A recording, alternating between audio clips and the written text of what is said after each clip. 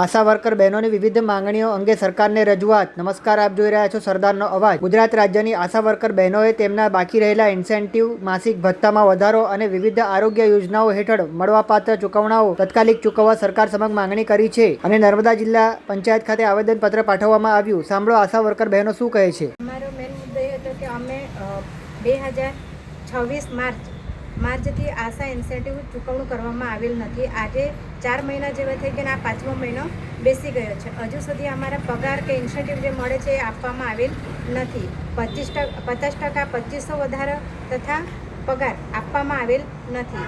અને 2 જે ડિલિવરીમાં જોખમી ડિલિવરી છે, જેમના જોડે ડિલિવરીમાં બહેનો આશા વર્કર બહેનો ડિલિવરી માટે લઈ જાય છે, એમનું વળતર 2024થી આપવાનું નક્કી કરેલું હતું રાજ્ય સરકારશ્રીએ, પણ હજુ સુધી આશા બહેનોને અમને મળેલા નથી।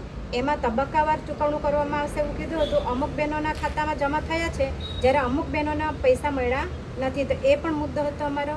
અને અત્યારે ઘરે ઘરે જઈને ટીબી મુક્ત ભારત અભિયાન ઝુંબેશ ચાલી રહેલું છે।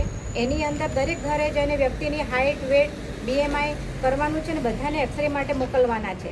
ત્યાં પણ આશા વર્કરો બહેનોને અમને કોઈ ઇન્સેન્ટિવ, કોઈ 1 રૂપિયો પણ આપવામાં આવેલ નથી કે રોજ પ્રમાણે પણ નક્કી નહીં કરો, કશું નહીં મળતું। એ બાબતે અમે આજ રોજે રાજપીપળા જિલ્લા પંચાયત ભવનમાં CDO સાહેબને આવેદનપત્ર આપવામાં આવેલ છે। જો આજે અમે જે આપેલા છે આ પ્રશ્નનું નિરાકરણ નહીં આવે તો અમે ગાંધીનગર સત્યાગ્રહ છાવણીની અંદર આમ મરણાત ઉપવાસ પર બેસીશું।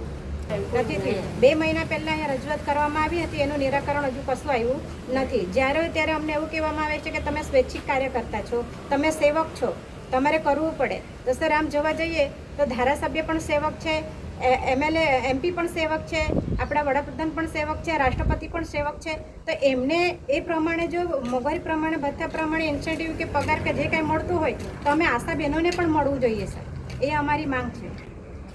અમને અમારા પ્રશ્નોનું નિરાકરણ કરવાનું આશ્વાસન આપવામાં આવેલું છે, પણ ચોખ્ખું નહીં કીધું કે કેટલા દિવસમાં સોલ્યુશન આવશે, એ નહીં કીધું કે પણ અમારા જેટલા પ્રશ્નો અહીંયાથી જેટલા સોલ્વ થશે જિલ્લા પંચાયતમાંથી એટલા અમે સોલ્વ કરવાના પ્રયત્ન કરીશું એવું કહેવામાં આવ્યું। મારું નામ હંસાબેન આર ગામિત, ઓલ ગુજરાત આશા વર્કર સશક્ત સંગઠનના પ્રમુખ છું।